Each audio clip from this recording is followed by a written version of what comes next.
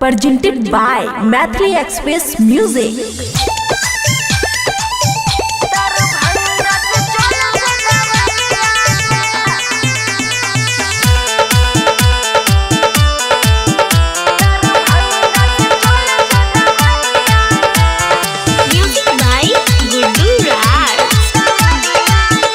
खुशी recording studio Baluaha. हे गई मार लक सैया ऐसन चटकन गे, गई मार लक सैया ऐसन चटकन गे। दरभंगा से चले छे दवाइया गे, दरभंगा से चले छे दवाइया गे। बुझलक ने सूझलक सैया गे, बुझलक ने सूझलक सैया गे। दरभंगा से चले छे दवाइया गे, दरभंगा से चले छे दवाइया गे। दरभंगा से चले छे दवाइया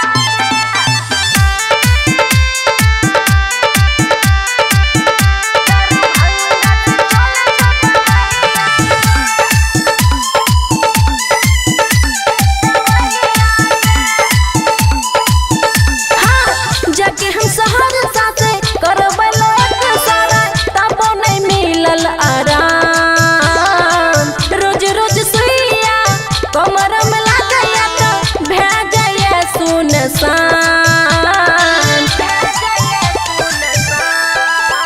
हाँ जाके हम सहरसा से करबै लोक सारा, तबो नहीं मिलल आराम।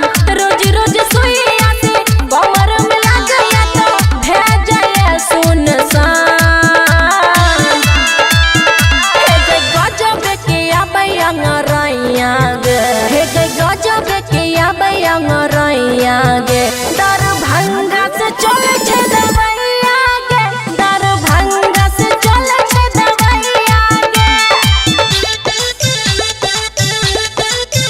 दरभंगा से चले छे दवाइया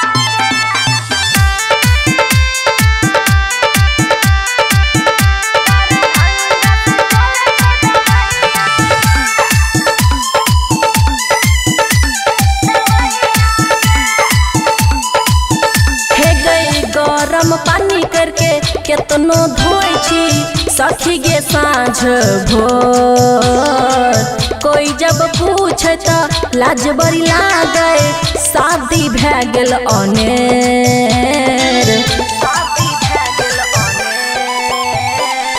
गरम पानी करके केतनो धोई छी सखी गे साँझ भोर। कोई जब पूछे त लाज बड़ी लागे, शादी भै गेल अनेर। हे गई अमन सैया बनल निर्दया गे, अमन सैया बनल निर्दया गे।